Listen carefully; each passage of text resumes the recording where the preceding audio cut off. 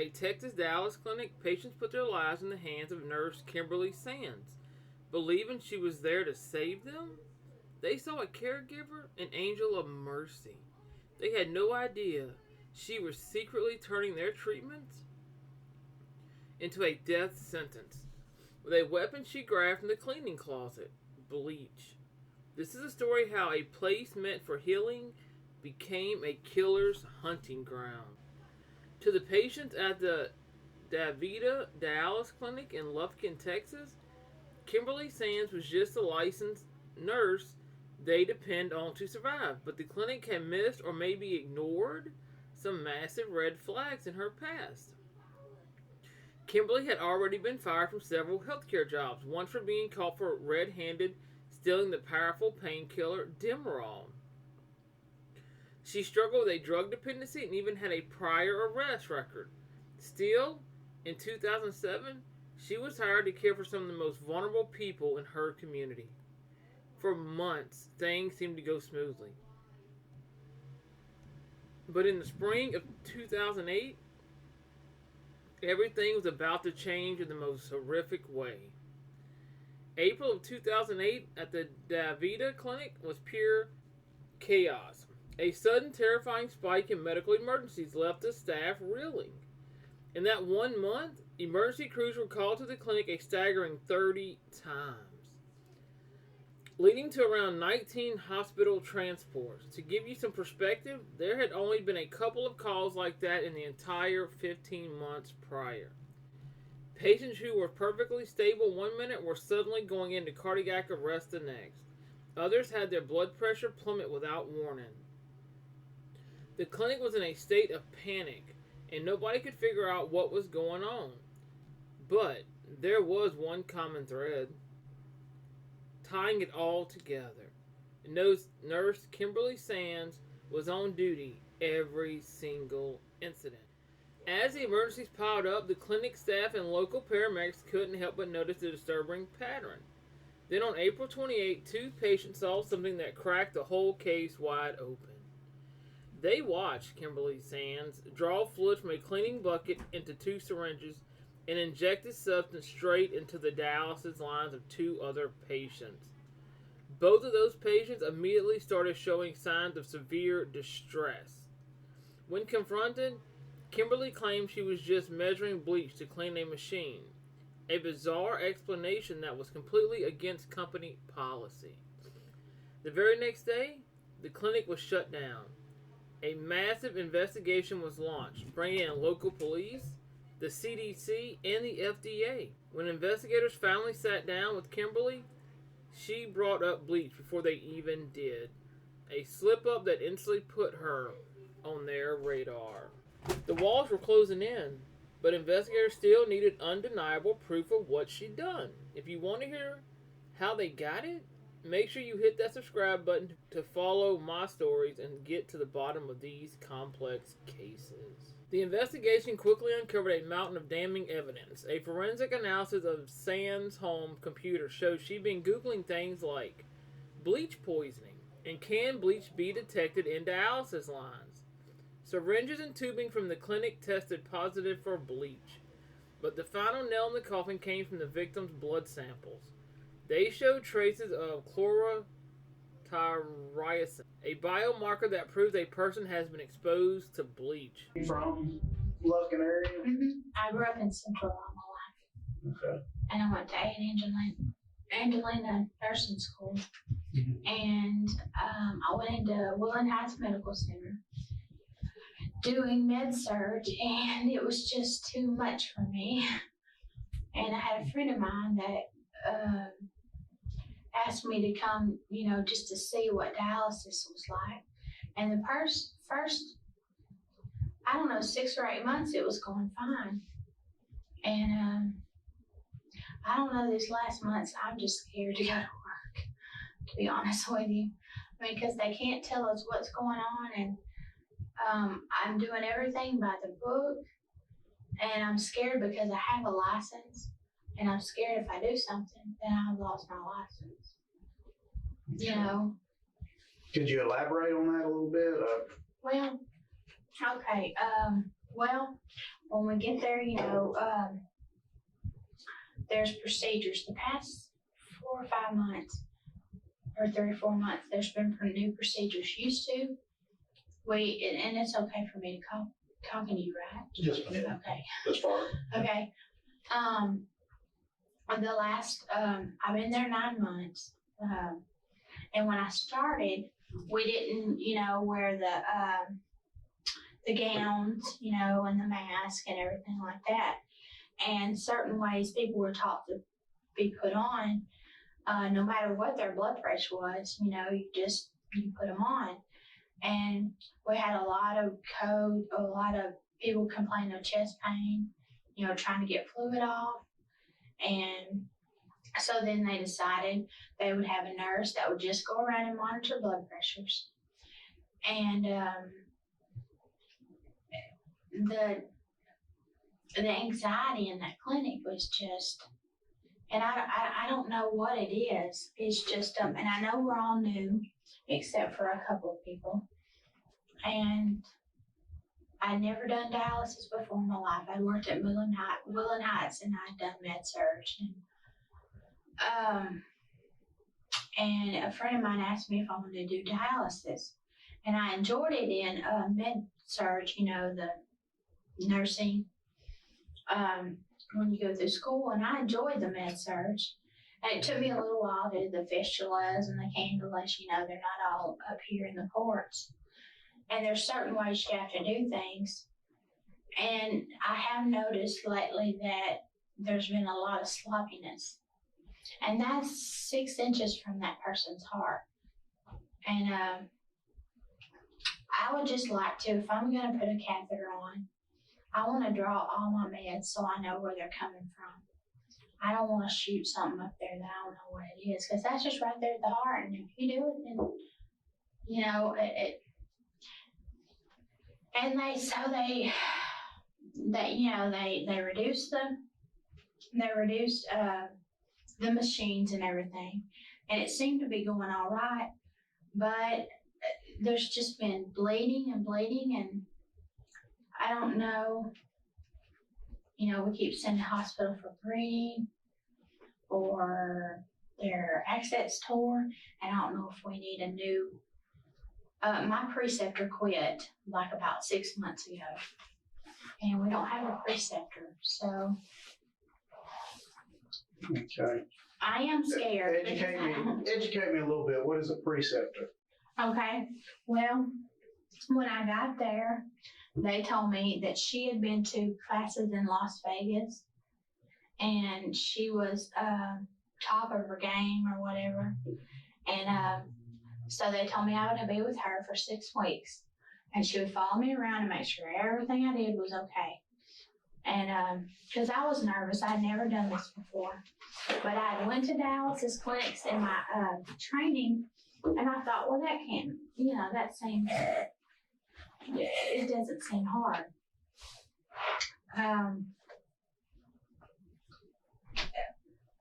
But the preceptor got fired. So, I don't know if you know all the ifs, ands, and outs about what you can do in dialysis, but you have to have, you get machine ready up, and that takes a good 15 minutes, and you know who your patient is, and you know where your graft is, and you get it all ready.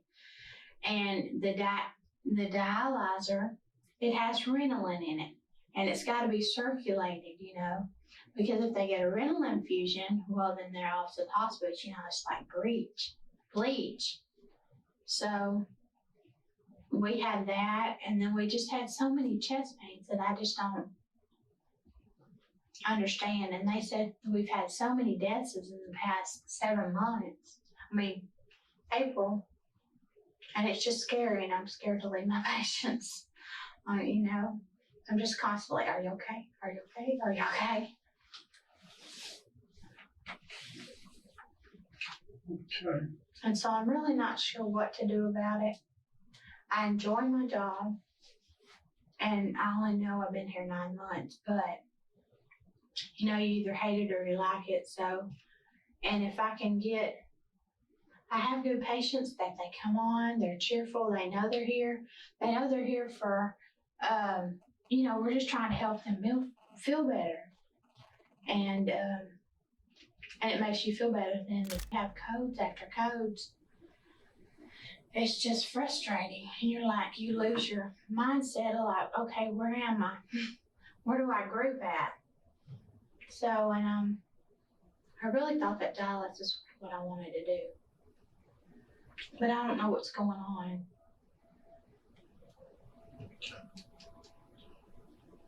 I don't know if it's in the water system. I don't know if it's in.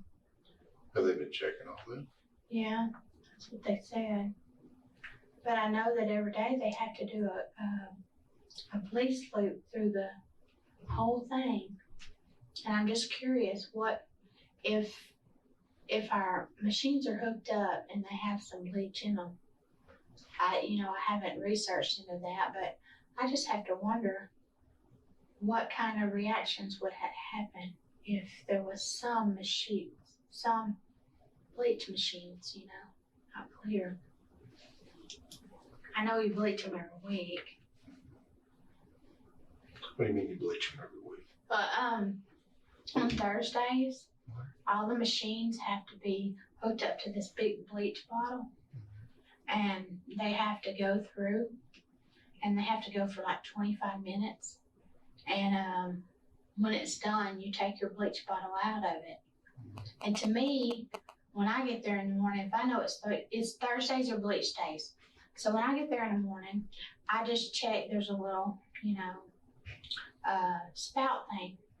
And you can spout it and check for chlorine. Because I just don't. You just don't think they'd have got it out? Well, I don't know. I just don't. I know they bleached the route of they bleached the loop. And maybe that comes all out. I don't know. I just have a habit of pushing the bleach because I don't know when it was last done, and I don't want to kill my patients. Pushing the bleach. The bleach? Yeah. They put it in after the patients are gone, they're in these little Tyler cylinders. And you go back to your main screen, you go chemical, bleach, and it'll go through about 35 minutes.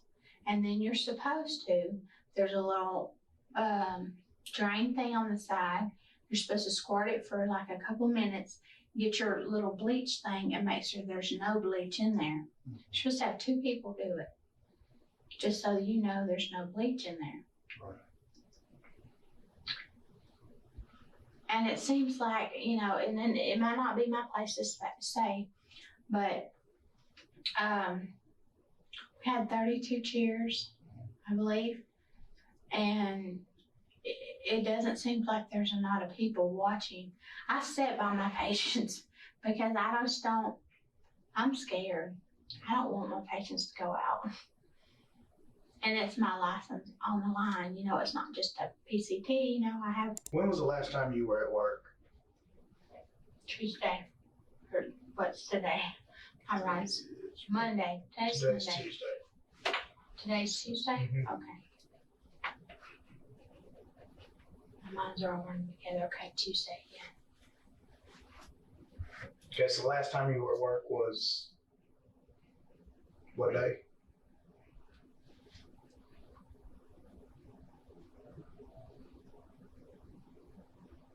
Monday. No, Monday was my last day at work. I remember it on my schedule. Okay. That was yesterday, right?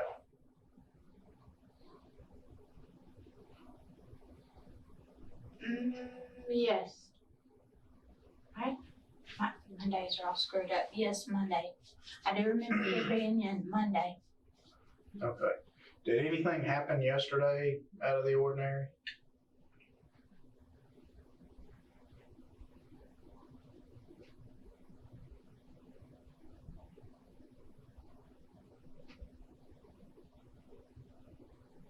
The only thing I noticed, like on my side and Christy's side, Miss Roan's Venus chamber was cutting off. I mean, it had big cuts in it. and asked her if she felt okay. She said okay, so I gave her a little bit of saline and tried to get that. It was like a monstrous clot in there. I don't know if it had to do with our changes of our heparins or because we did change our heparins. And that one, and let's see.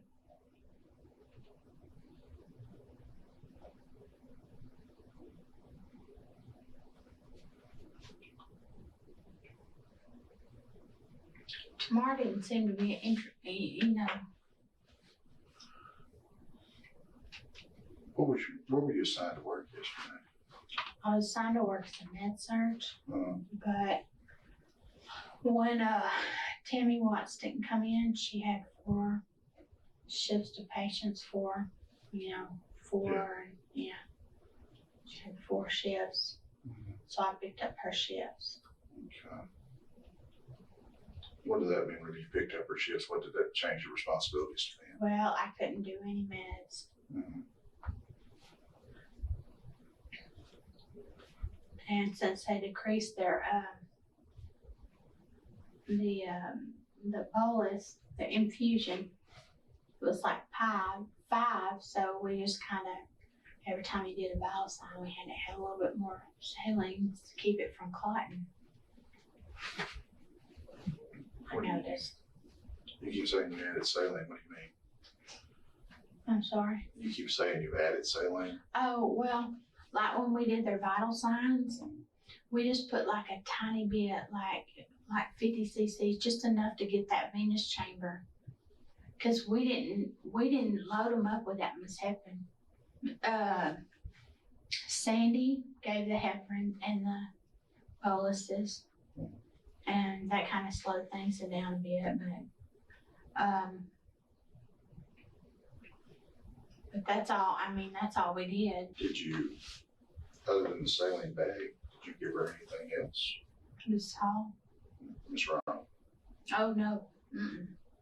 That's what I was so frustrated about last night, because Dale was given all the medications, and hers was starting to clot off. Which we had decreased our dose ring, and her venous pressure kept going off. So the only thing I did was slap, clamp this line,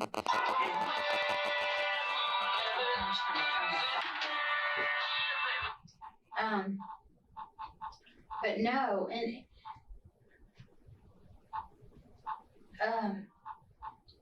her venous pressure looked like it was completely, totally clogged off.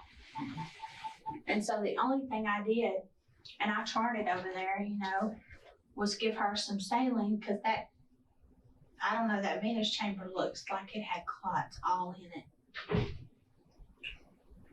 How'd you give her saline?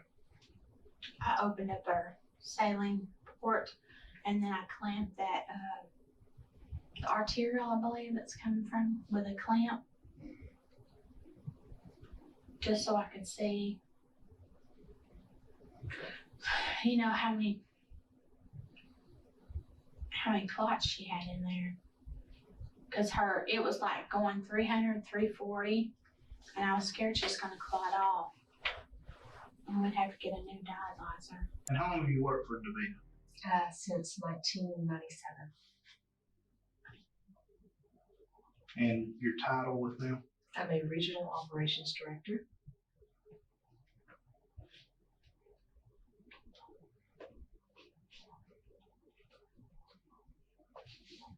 Okay. And then being regional operations director, I take it you have a nursing background? Yes, I'm also a registered nurse. Okay. And how long have you been an RN? Since 96. Okay.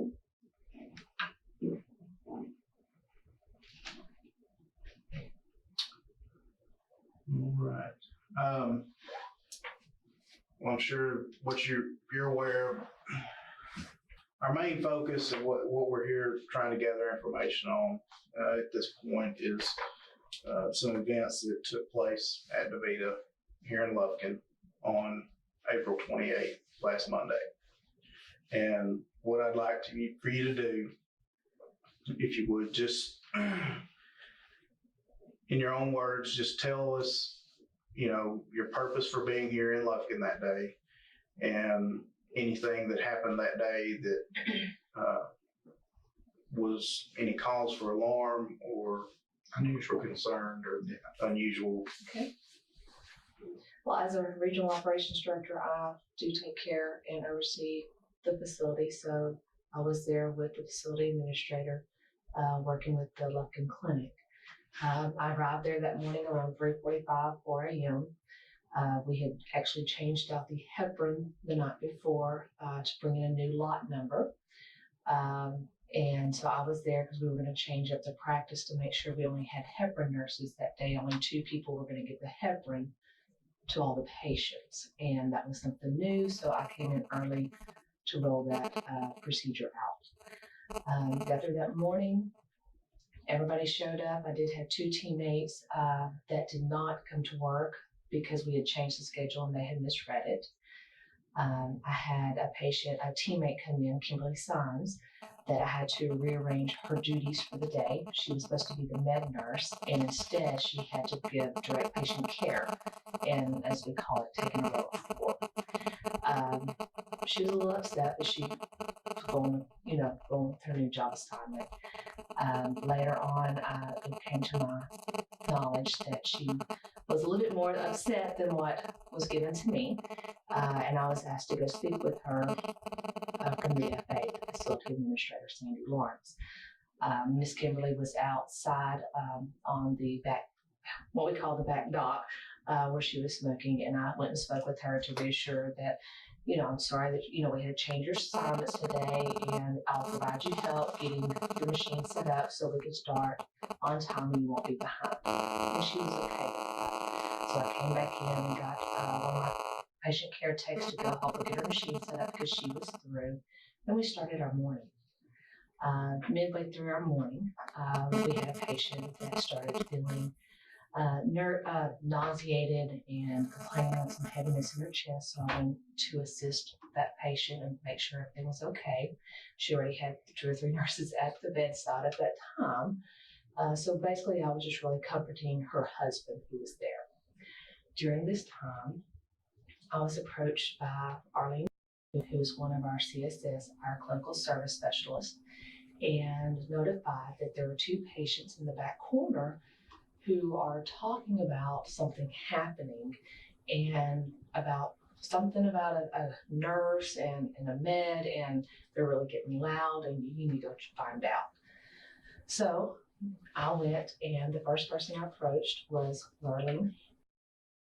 And I grabbed a chair, sat down, got on her level, sat up close to her so I could have a private conversation and just reassure what's going on, what can I do to help, and what do you need to tell me? I understand you're upset. They said, I cannot believe what I just saw. And I said, well, tell me what you saw earlier, what's going on. And she's like, I saw that nurse over there, the one with the ponytail, the one with Kim. I said, yes, ma'am, Miss Kim LVN. She says, yes. She was, I saw her draw up some of that Clorox. She kept insisting that it was Clorox. I saw her drop that Clorox and she went and injected it in that patient over there. And Miss Roan, I said, which one? And she said, Miss Roan's chair, she got sick a while ago too. And it wasn't long after she injected that. And I said, okay. And she said, and then she went and she put it in that sharps container over there by the patient on the end. She didn't bring it, and she walked over there and then she came back over here and she kept really looking around, acting like she was real nervous. And she didn't bring it over here, but she walked way back over there and put the needle in that container. I said, okay, we're gonna be okay. You're gonna be okay. She will not come take you off. I'll get someone else over here to take over this road. I said, are you okay? Yes, ma'am, I'm okay. It's all right. So then I wheeled over and I talked to Paul. So what's going on? What can I do? I understand you're upset. And she basically gave me the same story about Kim having a bleach container on the floor, and that Kim drew up bleach from that container and stood up with a syringe right by her side and just kept looking around, watching. And I said, well, what was she watching for? And she's like, because just curious. And she said, well, she was waiting for Dale, who was my med nurse that day, to walk back from where he was at with Arlene, who was monitoring him. When he had left that area, that's when she had walked over to Miss Run's area and actually had infused what she thought was bleach into the lines of the patient. And she gave the exact same story about how she came back over and was still hiding the syringe by her side, and then how she later had gone and disposed of the syringe in the sharps container. I reassured her as well, Kim will not be over here to take care of you. I will take care of this. You know, you're going to be okay. Oh, and you're just not going to believe me. That's not the case. I do believe you, and I will investigate this. It's going to be okay. Can you tell us anything about the bleaching procedures? Bleaching Yeah, I have a- procedures. We are supposed to, after we get our, well, some people do it before you get your, there's two things in bleach back there, and it's either before or after. But you have to get your bleach bowl, and you have to get like a little medicine cup, and you got to go all the way back there, and you got to get that, and you pour it in your bowl, and that's your sponges to wipe up. And some cleaners, some people do the clean. So I asked Angie, I said, you know, will you go get my clamps? Nobody left me the clamps before. They were all just kind of hanging up there. And so when she went back there, she got me some clamps. And I just pulled them all off of there. And I don't know if it was just the complete anxiety, which is that's what Tammy told me. But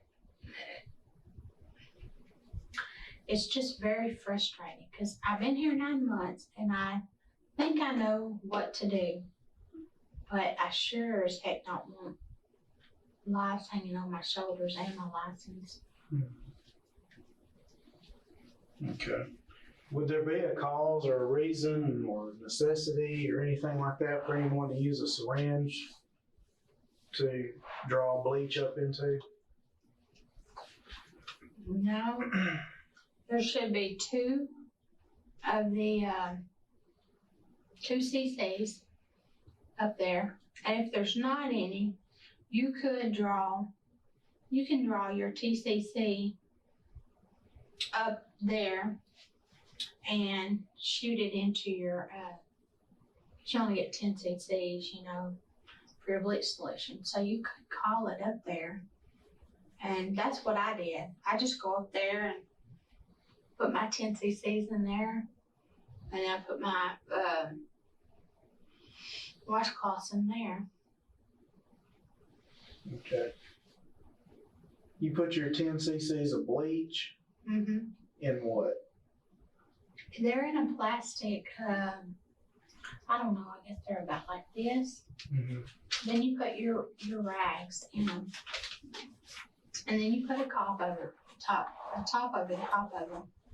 And they should be 1 to 100. Like you take a little 1 to 100 cap, you pour it in there, and then you pour water. There'll be a 1 to 1,000 mark. You pour your water up to that, and then you just put your cloths in there and close it. And so when your patient shift goes off, you clean them all off. Now the clean clamps, that's something new. But your clean clamps are supposed to be on the other side with a 1 to 10 bleach and let it sit there in case bleach gets on the bleach that were on the machines. Okay.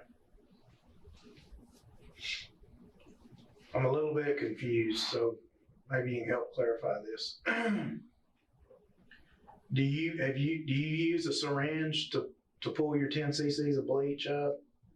Sometimes I do when I can't find the little medicine cups. Mm-hmm. They used to be in that trap drawer. There weren't any in there. So I knew 10 C's would make that. But I did it at the back I did it at the back where there was blood because we weren't supposed to do it up here. And you just get a little 2 ml cup, you fill it with bleach, and then you put 1/1000 bleach in there, and then you put your clean clamps in there. Okay.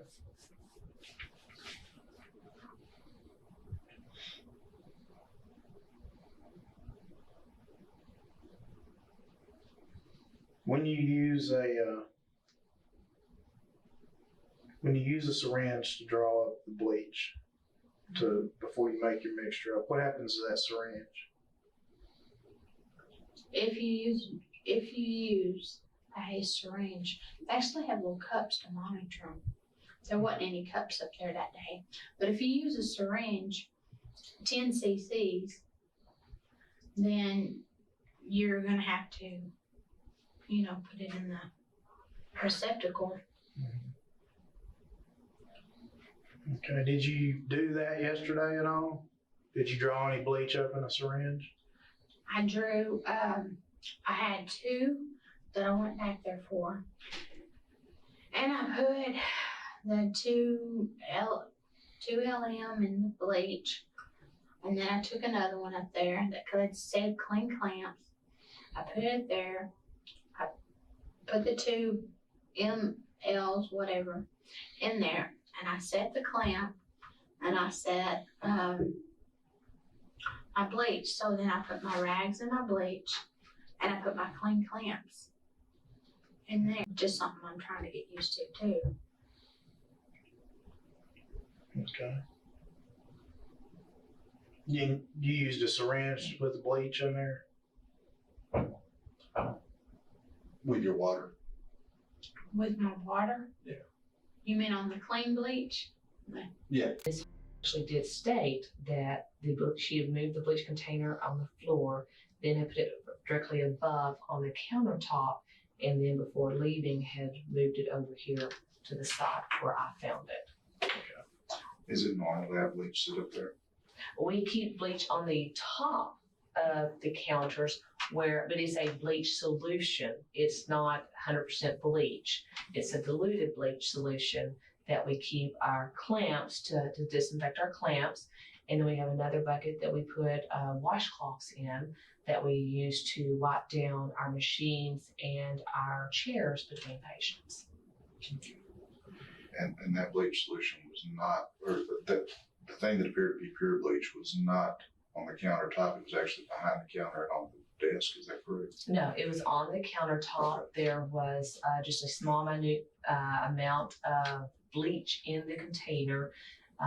It was not a diluted solution because of the color. It was not a clearish color. It was a yellow color. And it smelled? And it smelled. Was there anything unusual about the markings or It had the not. way it was prepared? No, it had not. It actually had not. No one had actually finished preparing it, nor had it been labeled. Whenever we mix a bleach solution, you label it with the date and your initials, and there was no date or initials on the container. Would you normally set pure bleach on the countertop? Only a mixed solution would I put on top of the countertop. But never, even a mixed solution should be placed on the floor. No, we do not place anything. The floor contaminant is considered just a dirty area, and so we don't put any of our supplies on the floor. So these patients seeing her place something on the floor would have definitely raised a flag with them, so that something doesn't look right there. Exactly. Okay. So what happened right after that?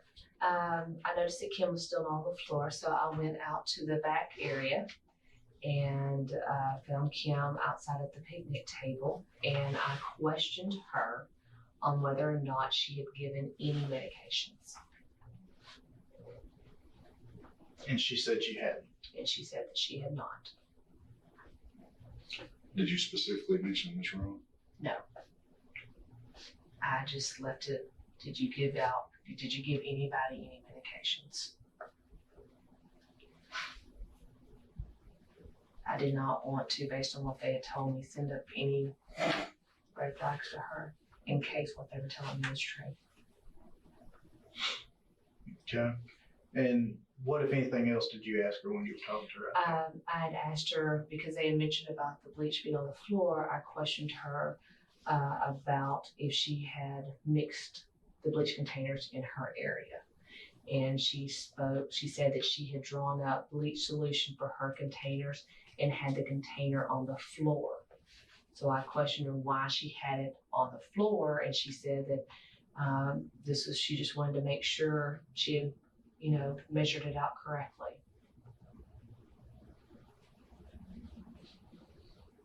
The term she used was she drew up bleach. Mm-hmm. And what did you take that to?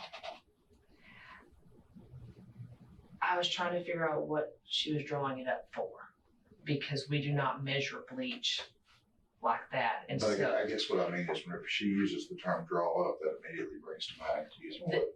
that immediately brought to mind what the patients were saying about her drawing up bleach and administering to the patient, because when you draw up something, that means you're drawing it into a syringe. Okay. Because if it was a measuring cup, you would be pouring bleach, but to be drawing something, like you said, I mean, That kind of applies. You're putting it in a syringe.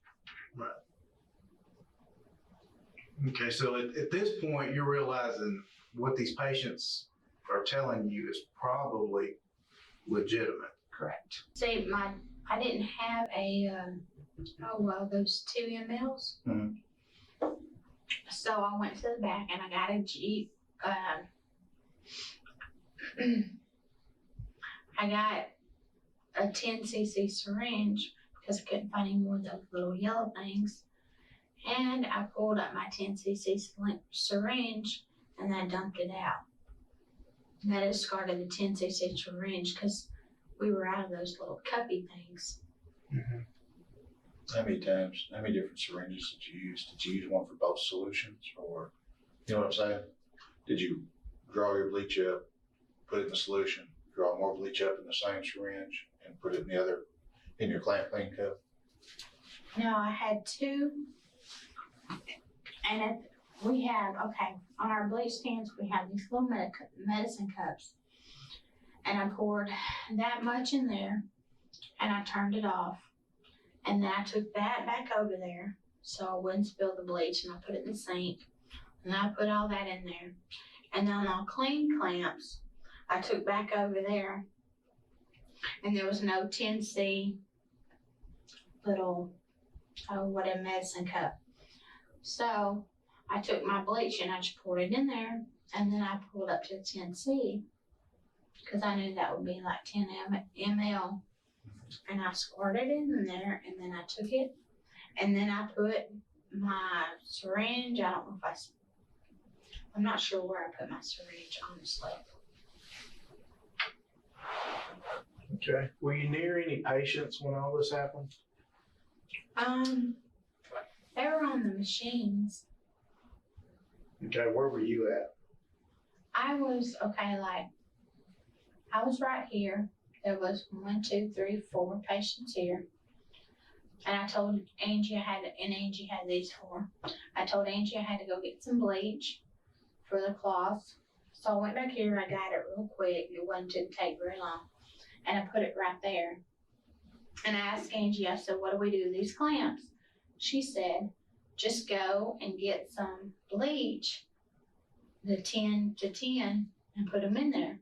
So I walked right back here real quick, and I gave them, there wasn't like a little thing, so I grabbed a syringe out of the med cabinet, and I drew up that syringe.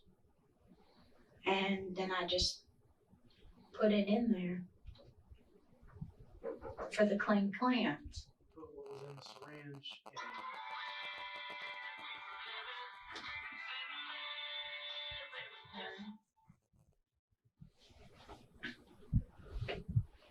You put what was in the syringe in what? In the machine? No, in the clean clamps, they put out a new clean clamps that once you're done with your patients, you've got to take all your clean clamps, put them in there and let them soak. Mm-hmm.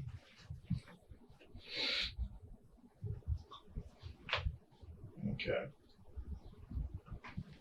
Did you ever go over to any patients with any syringes in your hands?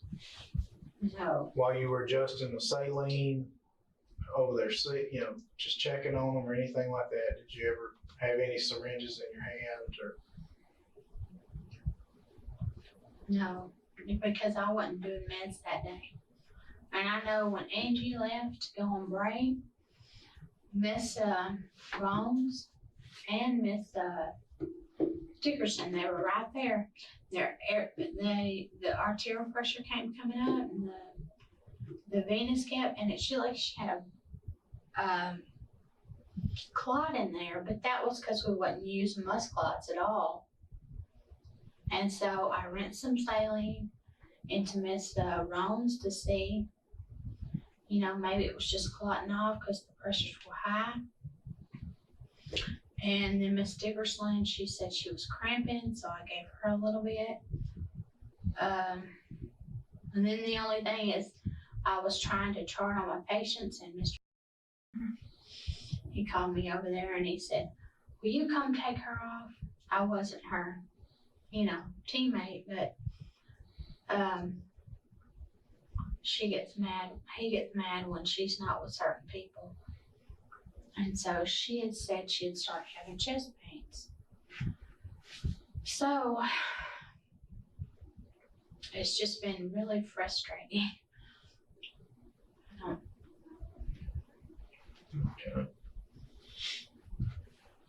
Well, we're all trying to figure out, why there's been this sudden spike in events, over the past month or so. Do you have any theories or any ideas what's causing all this?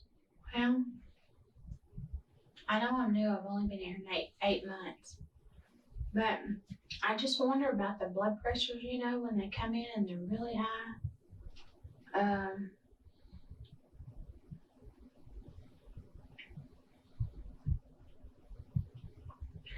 I get so scared they're going to stroke out. And it's just scary. I didn't know dialysis was going to be like this. The first few weeks, it seemed to go okay. You might have a bleeder or two, but having triage every day is just, and I keep going over and over in my head, my books, and trying to figure out what have I done wrong. The trial kicked off in March of 2012. Prosecutors painted Kimberly as a bitter and depressed employee who openly complained about her job and certain patients. Her defense team fired back, arguing she was just a convenient scapegoat for a sloppy clinic with bad procedures. Kimberly herself didn't testify, but the jury heard a recording where she claimed she was being railroaded and would never, ever harm a patient. On March 30th, 2012, after an 18-day trial, the jury reached its verdict. Kimberly Sands was found guilty of the capital murder of 5 patients: Clara Strange, Thelma Metcalf, Garland Kelly, Cora Bryant, and Opal Few. She was also convicted on 3 counts of aggravated assault. The jury spared her the death penalty, sentencing her to life in prison without any possibility of parole, plus an extra 60 years for the assaults and 20 years for each one. To this day, a clear motive has never really been established. During the trial, prosecutors pointed to her overall unhappiness and her dislike for particular patients she was assigned to care for. Thelma Metcalf's daughter said it all when she spoke directly to Kimberly in court. "You are nothing more than a psychopathic serial killer. I hope you burn in hell." Despite the overwhelming evidence, Kimberly maintains her innocence. In 2023, interview with Piers Morgan, her first ever since the conviction, she claimed she was framed by the clinic and falsely accused. The case of Kimberly Sands is a terrifying example of the ultimate betrayal. She was an angel of death who twisted a place of healing into her personal playground for murder. While she'll spend the rest of her life behind bars, the families of the victims are left with the pain of knowing their loved ones were killed by the very person they were supposed to trust their lives. supposed to trust with their lives. What are y'all's thoughts on this case? Let me know in the comments below. And don't forget to like this video and subscribe for more true crime analysis.